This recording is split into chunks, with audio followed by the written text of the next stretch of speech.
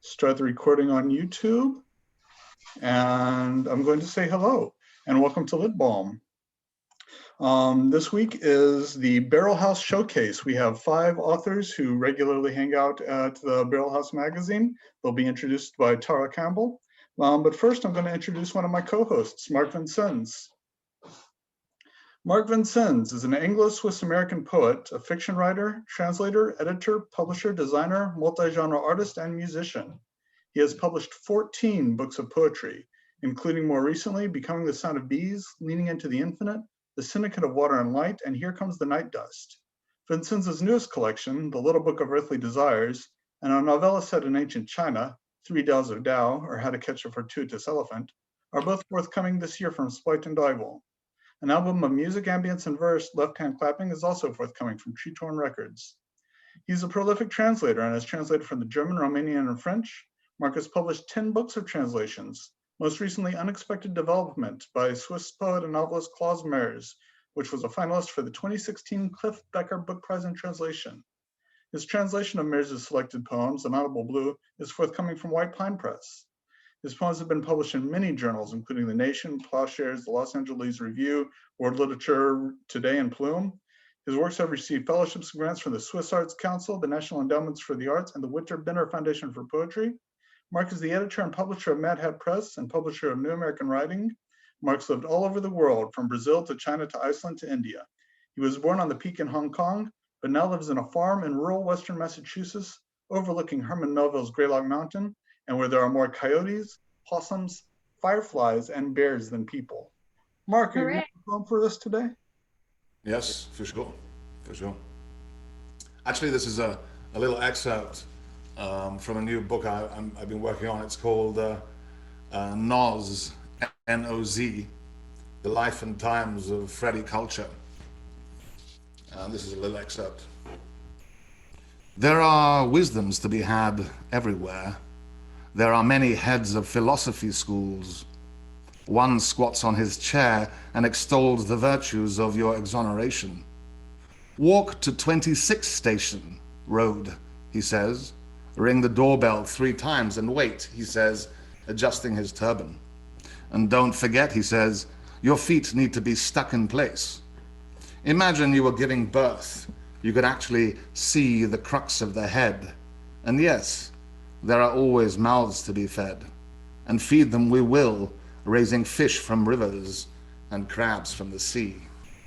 You see, that person who has just died, he says, he ended his wife's ear when they were married and never came out. He's still in there, he says, laughing so hard his chest wobbles. You wish to see the true state of religion. Well, look into your face, you'll find it there. And he chuckled again, poured himself a tea sprinkled with yellow petals, then turned away from me and stared into the river, which was flowing in dead bodies and ripe crocodiles.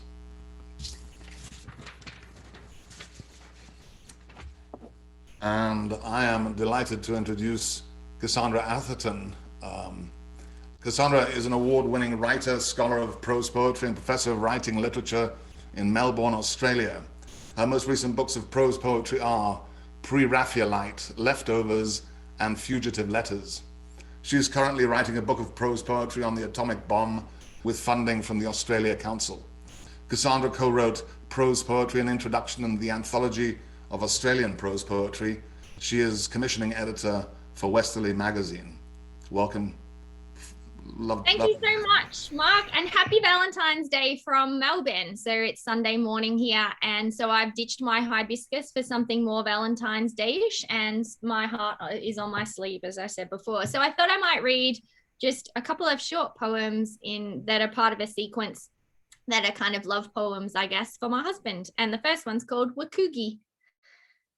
Sunsets, gold halos, you on the wooden footbridge. Hands deep in pockets, you walk an orange path of light.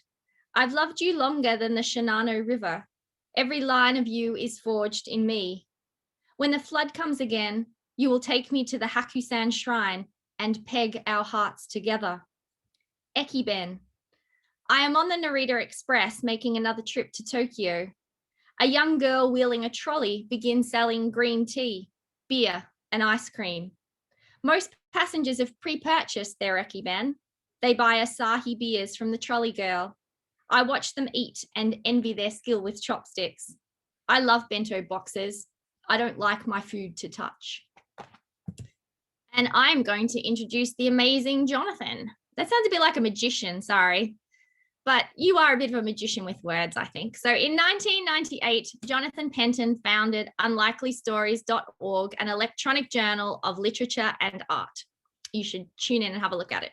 Since then, he has lent editorial and management assistance to a number of literary and artistic ventures, such as Mad Hat, Ink, the New Orleans Poetry Festival, Rigorous, and Big Bridge.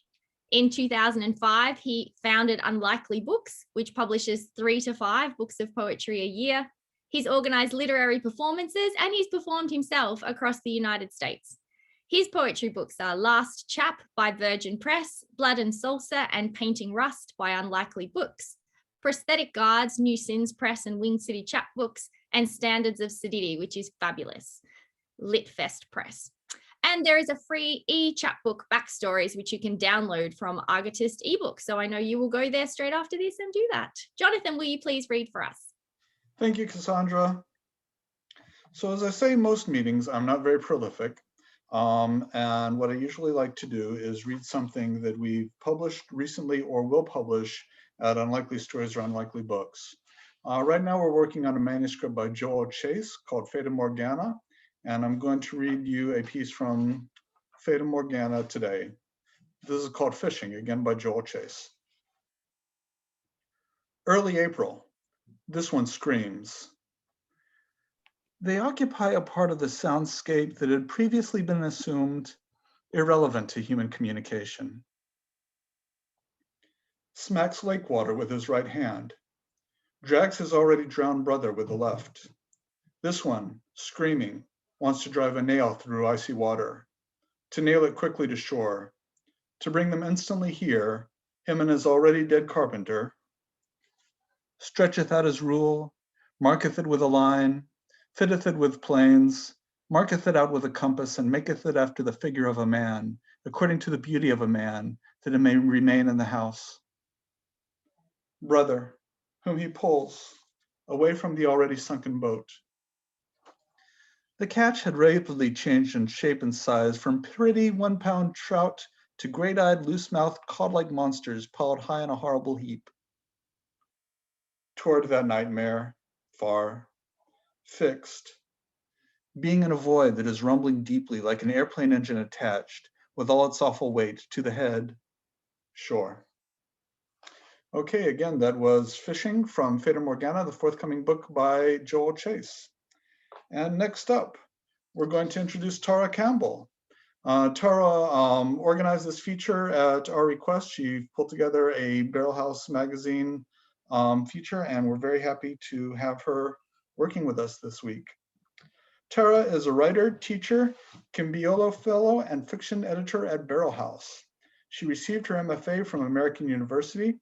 Her previous publication credits include Smoke Long Quarterly, Master's Review, Wigleaf, Jellyfish Review, Booth, Strange Horizons, and Craft Literary. She's the author of a novel, Treevolution, and 3 collections, Circe's Bicycle, Midnight at the Organporium, and Political AF, a Rage collection, which we published at Unlikely Books. Her 4th collection, Cabinet of Wrath, Adult Collection, is forthcoming from Aqueduct Press in 2021. Tara, will you take it away from us? Yes, thank you so much. And thank you to all the recent contributors to Barrelhouse who are going to be reading today. Before I introduce our first reader, I'll just read something short. I usually don't read, but it's such a gray day out. I thought I should bring in a little something that was published in the Sunlight Press, because I could certainly use some sunlight. It's called Because. There's always something greening, rooting, dying, burrowing, something silent, holding more than you think you can bear. But you plant, you water, You watch for something slow, laborious, snaking, reaching, until it seems like effort dissolves to inevitable when the tip of the sprout breaks through to the sun. And even then, sometimes it withers, and still you have to try again, because sometimes it blooms. So we will have a total of 5 readers from Barrelhouse, and I'm going to put the order into the chat so you know what's coming at you. Hopefully everybody saw that. I think I just posted it, but I will introduce them before they come. No, just the last one. My goodness. All right, so I will go ahead and figure that out, but I will get our first person reading. I would like to introduce to you Meghan Pipe. Meghan Pipe is a fiction writer based in Buffalo, New York, where she also works as communications coordinator at Just Buffalo Literary Center. Her work appears in the newest issues of Barrelhouse and Gulf Coast. Please take it away, Meghan. Well, thank you, Tara. And thank you to everyone for being here and for sharing your work.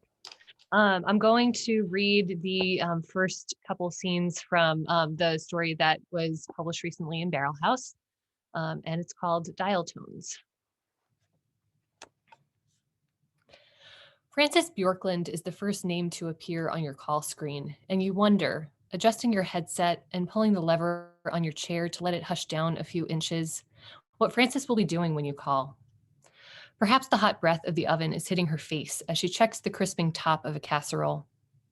The light of a muted television may be throwing a blue glow onto the veiny rivulets of her hands. She might check the caller ID on the phone in its dock, next to a carved wooden loon on a bedside table. Minnesota Orchestra, area code 612.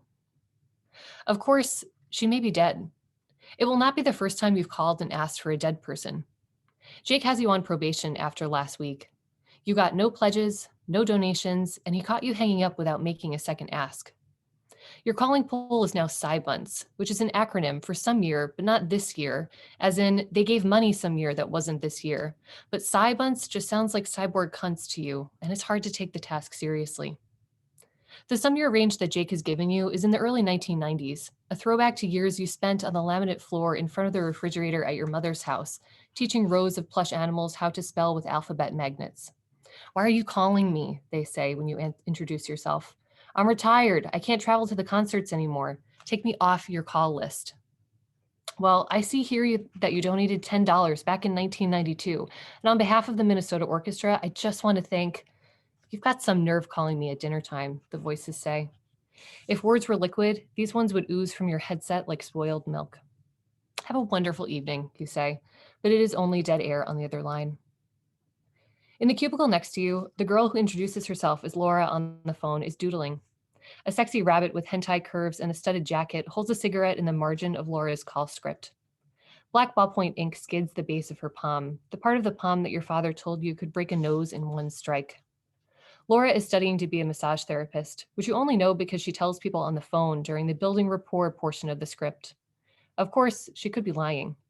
There are no rules about being truthful on the phone, as long as you're believable in your role.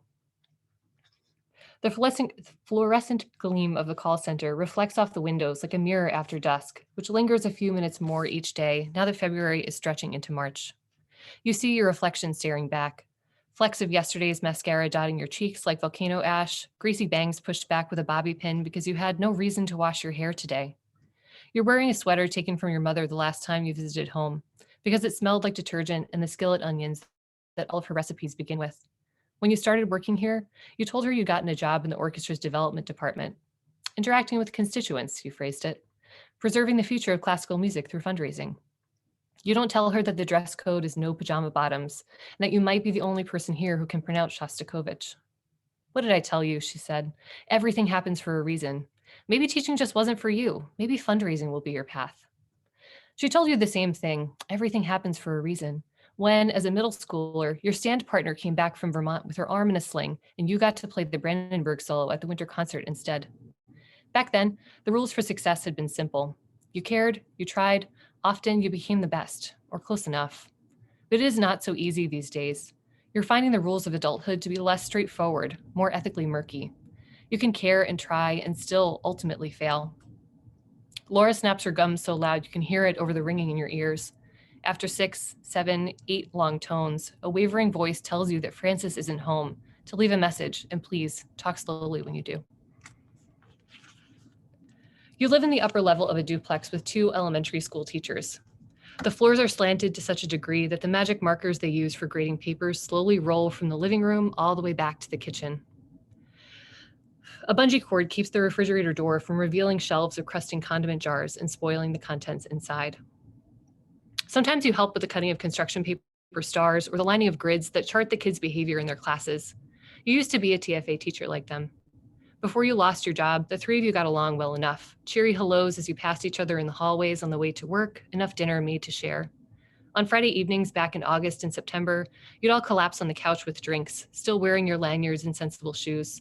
You see less of them now that you're around to watch daytime television, and most days they haven't made it home by the time you catch the bus downtown for work at the call center. You resent their exhaustion and sense of purpose. They resent the beer bottles that crowd their Tupperwares of pre-planned meals in the back of the fridge. The routine of your life has become this. Wake to an alarm set ambitiously early. Listen to the spit of running water in the coffee maker as the others get ready for work. Hide in your room, fall back asleep.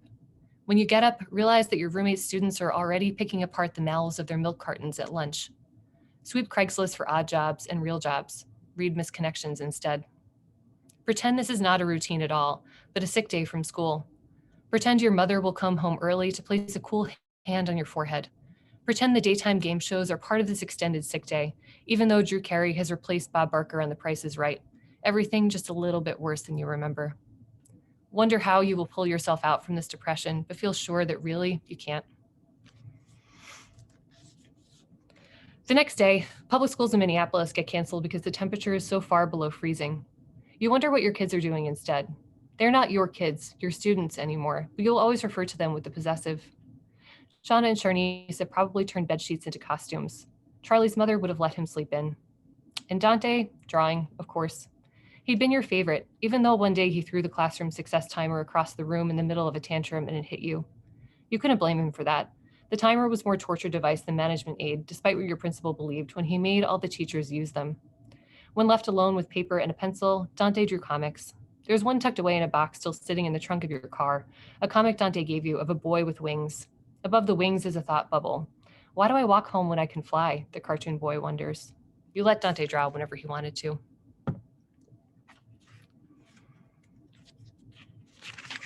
You go on a date with someone named Travis you've been trading pointless texts with for the past week. When you tell your roommates you met him on a dating app, they raise their eyebrows in tandem without looking up from the television. You should probably tell someone where you're going, they say. I did, you say. I just did. You get there early and choose songs on the jukebox, hoping that Travis will hate them and say so. Agreeing to this date with a person who seems nice has already begun to feel like a mistake. Every person who walks in the door is just a set of eyes and a bright, lonely nose, so you don't recognize your date until his scarf is unwound right in front of you. His hair is black, long enough to graze his neck. The sleeves of his flannel shirt are rolled up on his forearms, enough for the tattooed southern half of Minnesota to peek out. He slides into the booth next to you instead of sitting across the table. That's weird, you say. I like proximity, he says. Travis asks you which beer you like and goes up to the bar. When he comes back, he sits across from you. So what do you do again? He asks. I hate that question, you say. You're kind of combative, he says, sliding the drink closer to you. Isolation has made me mean, you want to say. Instead, you tell him you're a telefundraiser and then have to explain how a telefundraiser is different from a telemarketer, which is to say there's very little difference. He tells you your job must suck, something you already know. I work for a nonprofit that empowers kids by teaching them how to build wooden boats, Travis tells you. You know this from his dating profile, that he's an AmeriCorps member at the organization, but pretend it's new information because he already thinks you're mean. I used to work with kids too, you say. Used to? He asks. I got fired after Christmas for telling a parent that the school was bullshit, you say. And was it? He asks. Of course, you say. Why would I lie about that? I don't know you, he says. How would I know? You give Travis an example. The success timers, you say. Capital S, capital T, success timers. All the teachers had to set them during independent work time, and they chirped constantly, like smoke detectors in need of a battery change. The closer you got to 0, the faster the beeping got, and then at 0, the mechanical voice would go, ding, ding, time's up. The kids hated it so much, some of them would cry when I set it up, so I stopped using it altogether. And? Travis asked. And then I got put on probation for not following directions, you say. Travis shakes his head. He stares over your shoulder, and you can't tell if he's mulling over what you've said or waiting for someone to burst through the doors and rescue him. But wait, he says, turning back to you. Is that what you said to the parent? That the success clocks were bullshit? No, you say. I told her the school was breaking the law. Before Travis can answer any follow-up questions, you take the empty pint glasses from the table and go up for another round. The bar you're in serves peanuts in red plastic baskets and encourages guests to sweep shelves off the tables so the floor crunches underfoot when you walk up to the bartender. A line of dartboards and skee-ball machines flash at you. At the table, Travis is texting someone. You seemed more upbeat on Tinder, he says when you return. Alas, you tell him, you can be whatever you want online. That's true, Travis says. I used to be like that, you say, after a pause. Upbeat. Travis nods. He hasn't commented on the Baleful Nico song playing on the jukebox, and yet you still think you've managed to scare him away. Thank you. Thank you, Megan. And I noticed that we are plant partners here. We both have plants lurking over our shoulders. Perfect pandemic company. Thank you so much. For anyone who has just recently entered the room, this is a joint Barrelhouse Lit Balm reading, and we're about to hear from our second reader in the flight of readers, E.J. Schwartz. E.J. Schwartz's writing has appeared in the New York Times, Barrelhouse, and Necessary Fiction, among others. A New Jersey, whoa, I just did something weird with my screen. A New Jersey native, she now teaches and studies fiction at the University of North Carolina, Wilmington. Her debut novel, Before We Were Blue, releases in September. She tweets at by E.J. Schwartz. E.J., welcome. Hi, everyone. Thank you so much for being here on this Saturday evening. I know our eyes typically are burnt out from so many Zoom sessions, but it's lovely to be here with all of you. I'm going to quickly read just two flash pieces, and I'm going to start with my piece that was published by Barrelhouse, and it's called The Virgin Girls. The Virgin Girls are not virgins. The Virgin Girls are not virgins, not yet. They are here to redo themselves and reassemble their youth. They stand on a blasé wooden stage, wave goodbye to their loved ones, blow air-traveling kisses. Goodbye for now. We'll see you when we're better. Sorry, guys. When he put my name on the screen, my own screen blacked out. Okay. Some of the Virgin Girls cry, their large syrupy tears sparkling like topaz in the dim auditorium light. One of them, the blondest virgin, lost her virginity at a mini golf putt-putt and immediately knew her mistake when he whispered, "How about that hole-in-one?" Another virgin, the tallest of the group, let herself go in the back of a Buick, let herself go in the back of a Mazda, let herself go in every parking lot in town, trying to win most shag's sweetheart amongst her sisters. One virgin girl has never done it, or does not remember doing it, or rather, who did it for her. The virgin girls hug each other. The virgin girls are in this together. They exit stage left, led away from their loved ones and lovers. Light jazz, the kind an overpriced fancy bistro might play, moves through the overhead speakers in a secluded room that reeks of pine sol. The table in the center is covered by a sterile white sheet, and a jar of maraschino cherries sits on the counter like cotton swabs at a doctor's office. The Virgin Girls are introduced to the director, the STEM, a pallid, middle-aged woman with a highlighted hair topper that sits lopsided on her thinning scalp. The STEM, as they all know, was once a virgin girl herself. The procedure is quick, the STEM says. The virgin girls line up in pairs, holding hands. Take it all off from the waist down, the STEM says. The virgin girls do. They help each other undress. The STEM pulls one preening cherry out for each new girl who comes behind the medical screen. Scarlet juice blots the clean linen as she instructs each virgin girl to spread her legs, take a deep breath, and exhale, squeezing the fruit into her opening. Hold it there, she says. One by one, the virgin girls do. They hold and they hold and they keep holding as they exit and redress and file back on stage. When they return, the audience erupts with applause. They have always loved to look at these girls. Everyone smiles, everything shimmers. The cherries push tighter between the girls' legs. In the crowd, Fox's eyes glow, eager to see them pop. Okay, so that's the first piece. And the second piece is entitled Melon. And I'm going to quickly, shamelessly plug my book. My debut novel is coming out in September. And if you like this piece, I think you'll like the book. So I'll just say that. You're 2 when your parents nickname you Melon for that watermelon belly, the bulging one they blow raspberries on, your skin smooth as lint. The kisses bloat your middle and it makes you giggle. It also makes you cry, but that's because you're 2. When you're 2, you cry about everything. You're 7 when you lose your 2 front teeth, one on its own, the other yanked out by a string attached to your doorknob. Your friends, Lucy and Jenna, are collecting teeth from everyone in the class, piling them into a mason jar. 2nd grade molars click-clack against 1st grade incisors. The girls say they are trying to summon the tooth fairy. She's worth a lot more than the money she gives out, says Jenna. You're 12 the day Jenna pokes the pudgy skin at the top of your waistband, the slice of watermelon you've never gotten rid of. She suggests a diet, a cleanse, something her au pair says in passing. You've never heard your parents mention it, not unless cleanse is the same thing as cleansing, which your mother asks you to do every day with your braces. You spend that night Googling how to feel full without eating. You're 15 when you ask your parents to stop calling you Melon. Your stomach rumbles all the time, but you don't listen to it. Food isn't a language you speak anymore. At dinner, you slip your meals to the dog or into your socks, anywhere but your mouth. Lips shimmering in soda-flavored gloss. Your friends at school tell you, you've never looked this good.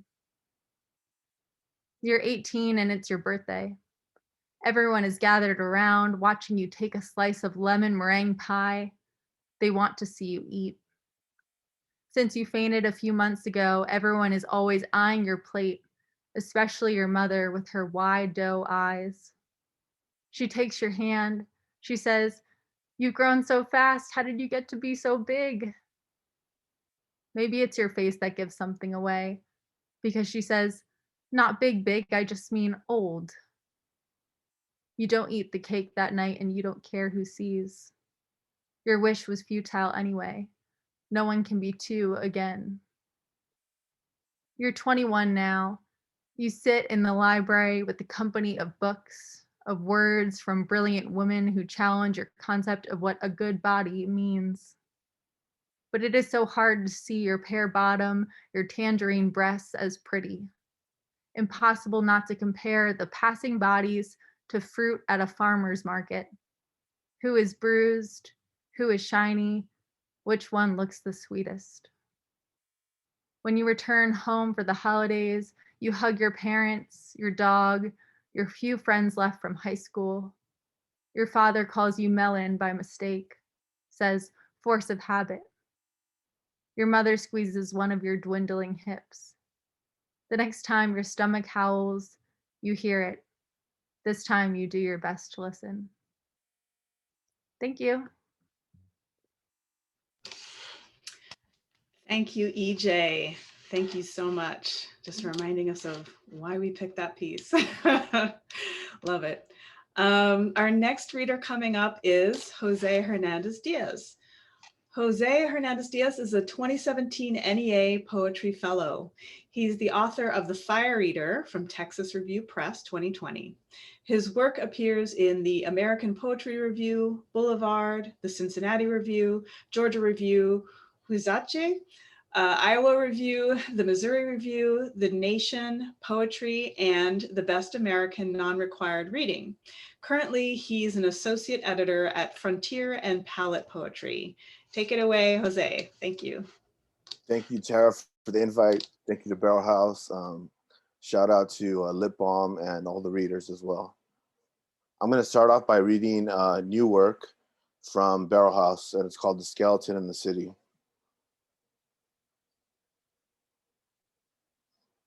A giant skeleton rose from the concrete in the middle of the street. Cars pulled over. People started openly weeping. The skeleton jumped onto the street and started walking. It was 20 feet tall. People ran in the opposite direction.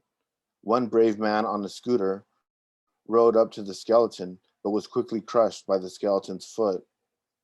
The skeleton walked to a lake that bathed in the water. Swans swam nearby as the sun set. After a few minutes, the skeleton got out of the water and started playing baseball with a group of kids. They did not fear the skeleton. The skeleton hit a home run on the first pitch. Instead of running around the bases, it disappeared like the autumnal sunlight. Quietly, the moon rose over the suburbs of Los Angeles. There you go. So like I mentioned, I'm going to read new work. My book's sold out, and I've been reading from it all year, so it's kind of, I want to switch it up. Let's see. I actually just took out the marker from this magazine, so now I have no idea where the poem is. So let me just move on to the next one. Okay. This prose poem is called El Sombrero. El Sombrero. A man fell into the ocean. The water was blue and green. It was the beginning of winter. Luckily, he wore a giant sombrero. He jumped into the sombrero and floated along the shore. The inside of the sombrero was warm and leathered. The clouds spelled out the word ocean. Inevitably, the sombrero landed ashore and the man stepped onto the cool sand. As the moon rose, he sang a ranchera. He was very happy. He walked home beneath the moonlight, but left the sombrero behind. It was ruined from the water, but it had saved his life. And this next poem I'm going to read is actually a poem, not a prose poem, so it's called Enough. You will never be enough, not Chicano enough, not Pocho enough, not Mexican enough, not Latinx enough, not American enough, not Californian enough, not Southern Californian enough, not LA County enough, not Orange County enough, not enough of a whole entity, not enough of a clear sky, not enough of a bottle of tequila, not enough of a slice of apple pie, but you are everything and nothing all at once. You are a modern mariachi on a tangled road. Be vigilant, exist. So that's from the Southampton Review. Let's see how much time I got. And this next prose poem I'm going to read is from the Bennington Review, Fall Edition. There it is. And it's called The Centaur. I was ordered to go to hell after I died. When I arrived, I found a large centaur with a shotgun guarding the entrance. I've been ordered to go to hell, I said. Yes, license please, the centaur said. What license, I said, I'm naked. After you died, didn't you see a Mr. J. Williamson at registration? The centaur asked. Yes, he ordered me to come here.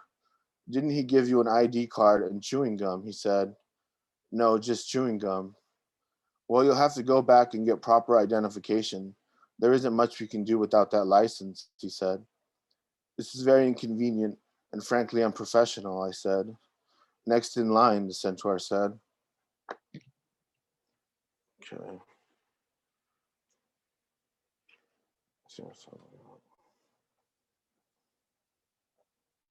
This next prose poem I'm going to read is called The Hummingbird Graffiti, and is published in the Chattahoochee Review. The Hummingbird Graffiti. A man was stuck on the metro. It was autumn. Leaves fell from the trees onto the train on the tracks. The train was stuck between skyscrapers and a park. While the train was immobile, a graffiti artist walked up to the train with an LA Dodgers hat over his eyes. He painted a blue hummingbird onto the train and then walked away. Within a few seconds, the train started running again. The people on the train clapped and then went back to their phones. The autumn wind was pleasant as the sun rose over the city. Let's see what else I got.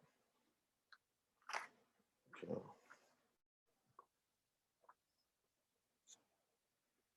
So I'm going to read another poem this time from English Journal.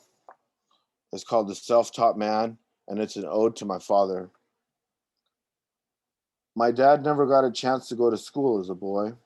He was raised on a rancho where there wasn't much opportunity, but to work around the house in the fields. When he came to the States, he worked in the kitchens, learned English words on the spot, and eventually he started taking ESL classes at night. He learned English little by little, ultimately getting to the point where he began to question his instructors, nonconformist that he's always been. Now that he's 71, I bring him to the public library for the first time to get a library card. He checks out a book about senior health and a religious book. He spends his time reading in bed when he's not working. I bring him a green tea and ask what he's reading. I'm reading about the foods I need to eat, he says. Sometimes I wonder what my dad would have been with that work ethic and that intelligence if he'd had a chance in life. Probably a poet, professor like me, I think, or whatever he'd like to be. Besides, he's already a saint. I think I'll just end on that one. Thank you so much. I appreciate that. Thank you. Loved hearing a range of your new work. Our next reader is Naomi Ayala. She has published 3 books of poetry: Wild Animals on the Moon from Curbstone, This Side of Early, Curbstone, and Calling Home, Praise Songs and Incantations from Bilingual Press. She's the translator of Argentinian poet Luis Alberto Ambrogio's La Arquela del Viento, The Wind's Archaeology, and La Sombra de la Muerte, Death's Shadow, a novel by His Excellency Jose Tomas Perez, the Dominican Republic's ambassador to the United States. Naomi has also translated and published poems by Lope de Vega, as well as the film script for the documentary Every Child is Born a Poet, the life and work of Piri Thomas. Her most recent poems appear in Barrelhouse, Poetry Magazine, and Latin Next from Breakbeat Poets Anthology. She's been awarded various prizes and recognitions, including artist fellowships from the DC Commission on the Arts and Humanities, special recognition for community service from the US Congress, and the Martin Luther King Jr. Legacy of Environmental Justice Award. Naomi, please take it away. Hi, everybody. Thank you for having me. Thank you to Barrelhouse. I'm going to read the piece that appeared in this issue called Keep. How to paint the rain, speak, sing the rain, how to rain walk when it's not raining, to keep rain skin all night long, and go to work smelling like rain, doing your rain love thing when the boys don't see you coming, don't know the rain in you. You will never be an executive. You love the rain too much. You will never be not here. Let it pound, sweep, gutter run, turn grown men into shivering rivers and keep the children awake. Let it smooth out this and that of the world of the invisible. Let it keep. Thank you.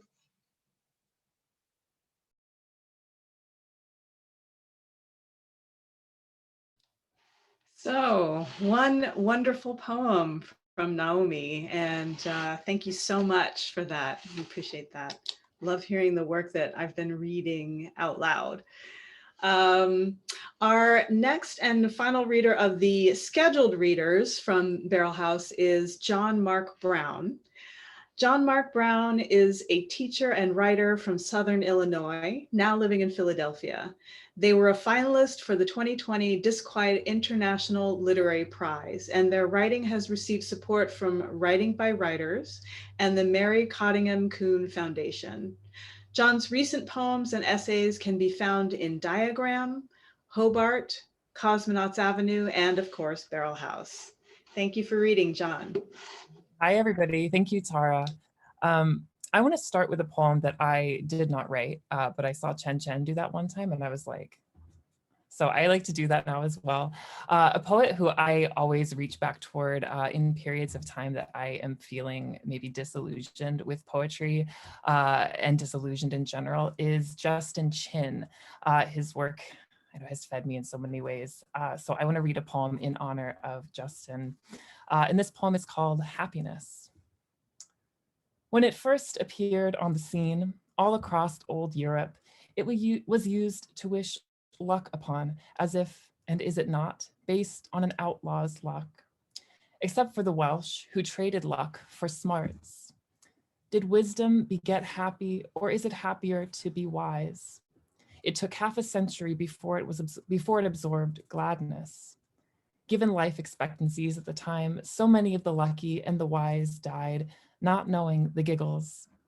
But still, it took another 190 years before its condition was recorded, and another 406 years before it was extended to clams. Prior to that, clams and other bivalves were nothing if not sullen and tasty.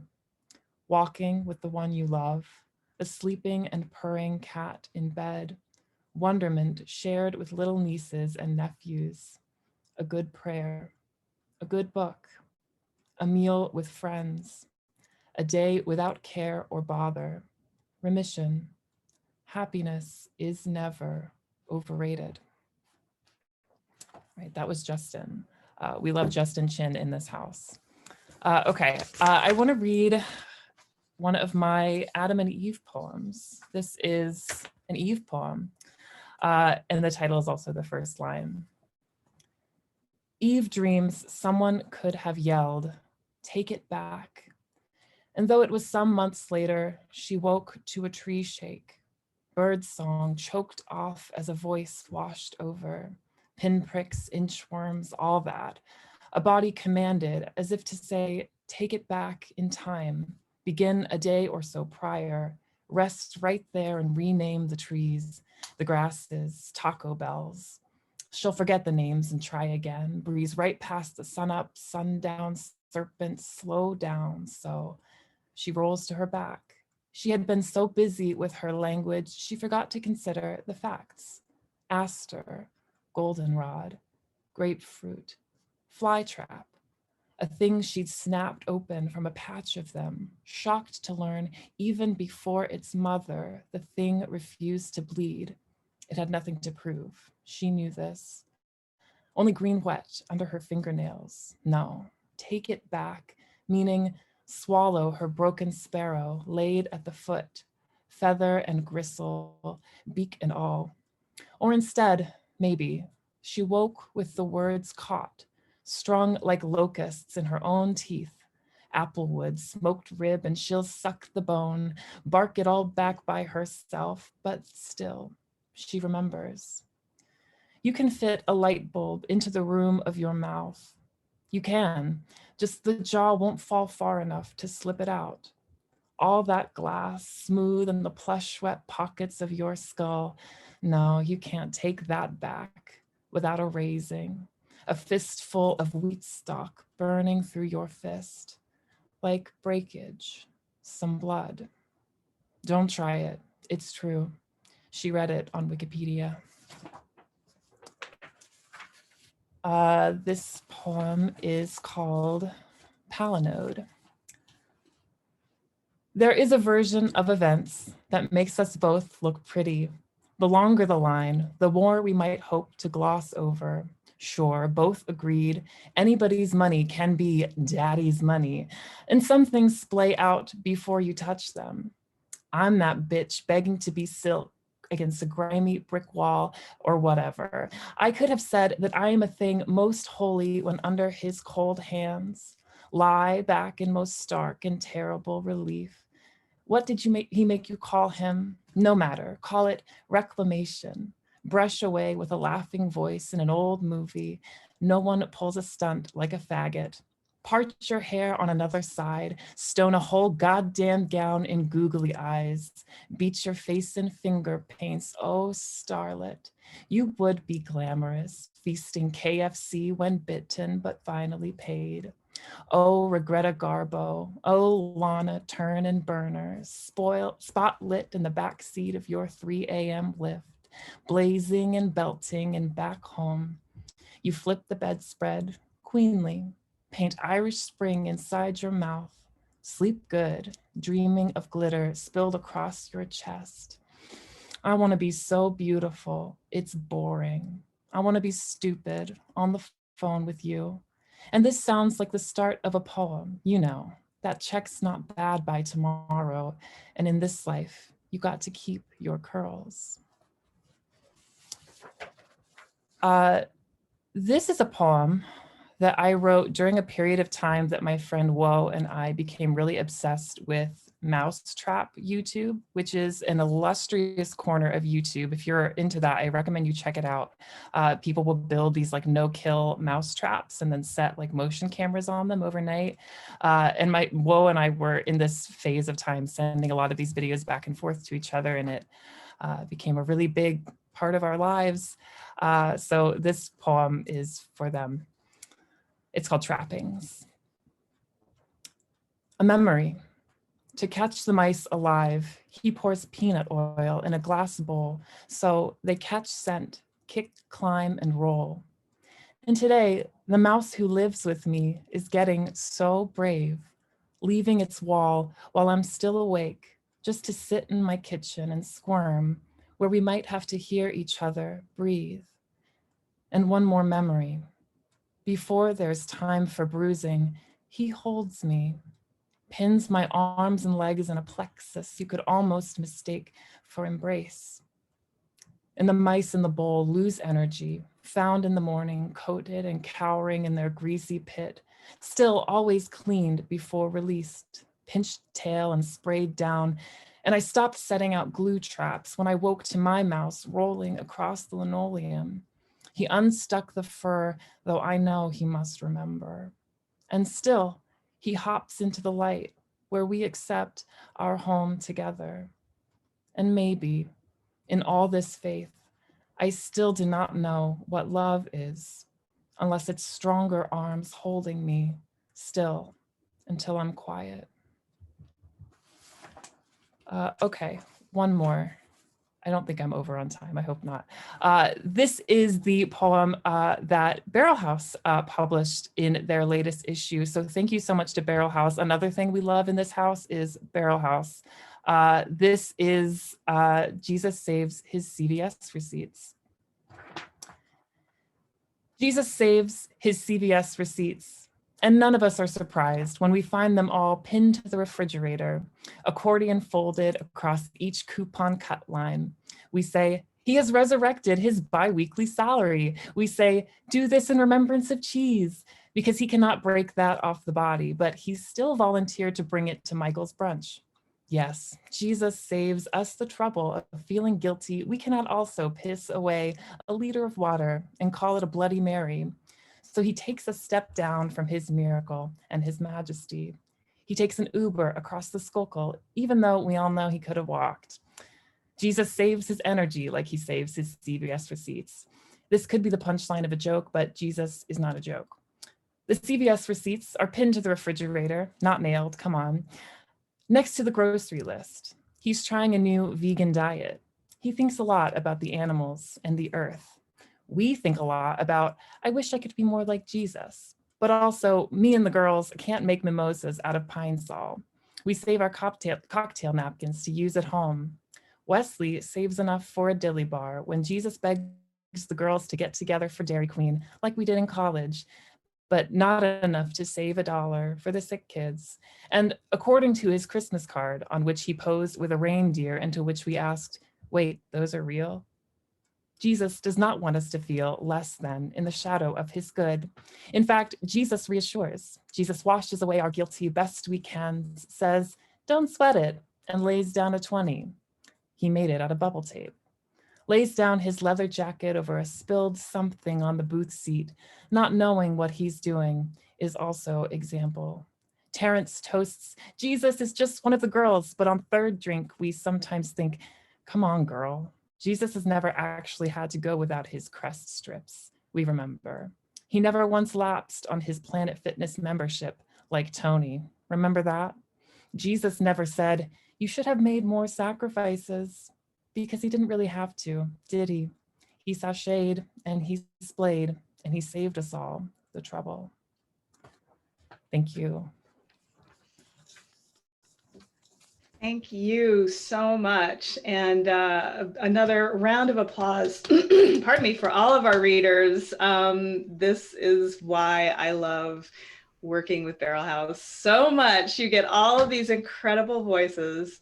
So thank you. I'll just say everybody's name once more. Meghan Pipe, EJ Schwartz, Jose Hernandez Diaz, Naomi Ayala, and John Mark Brown. Know them, love them, buy their books and their work and everything. Follow them. And thank you all so much for reading. So now we are ready, I believe, for the next portion of the evening, which is our open mic. Thank you so much, Tara, and thank you so much all who participated in this fantastic Barrelhouse event. Just a quick word about a few things that are forthcoming. Next week, we have a Mad Hat Press new releases showcase, including Kimberly Becker, Roy Nathanson, MG Stevens, Joshua Corey, John Warner Smith, Joanna Solfrian, and DeWitt Henry, who is also with us tonight here on Zoom. As you can see, we try our best, despite the pandemic, to get quite a few books out. And on February 27, we have an amazing reading, which is guest emceed by Rodney A. Brown, which includes Michael T. Young, Nadini Bacharaya, Janine Culet, Carrie Farley, and Michael L. H. Douglas. So please join us for that as well. We will be posting lots of new events forthcoming, and we hope you're there to all of them. But right now, we're going to go to the open mic section of our show. And I'd like to invite Uri Rosenshine to the mic, if I might.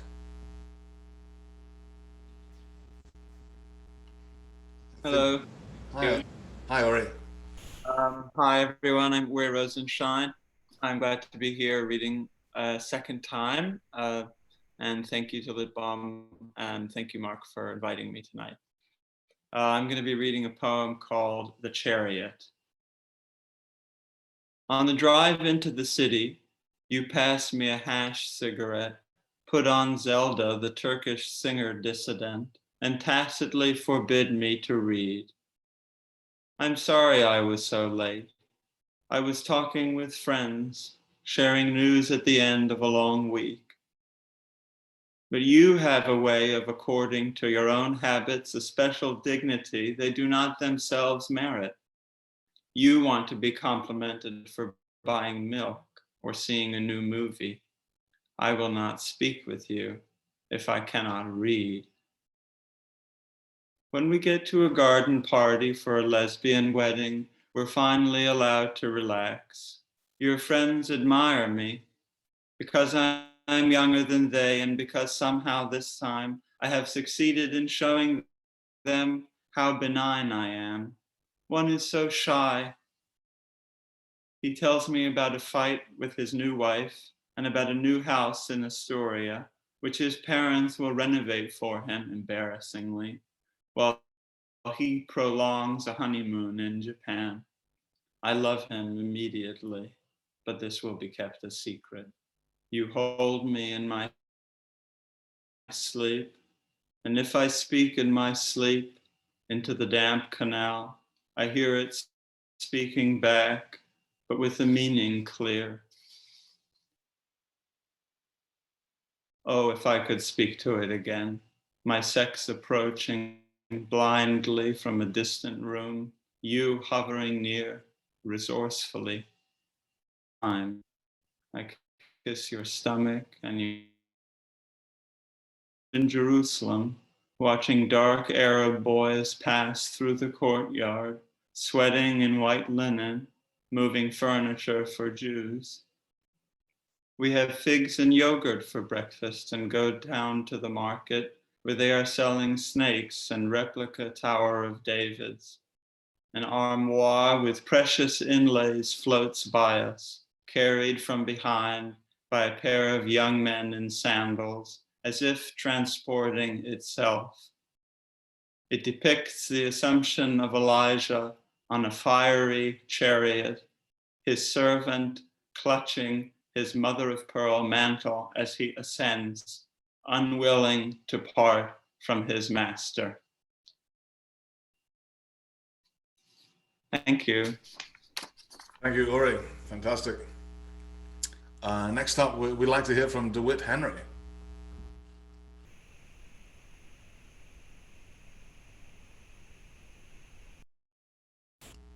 No, we still need to unmute you, DeWitt.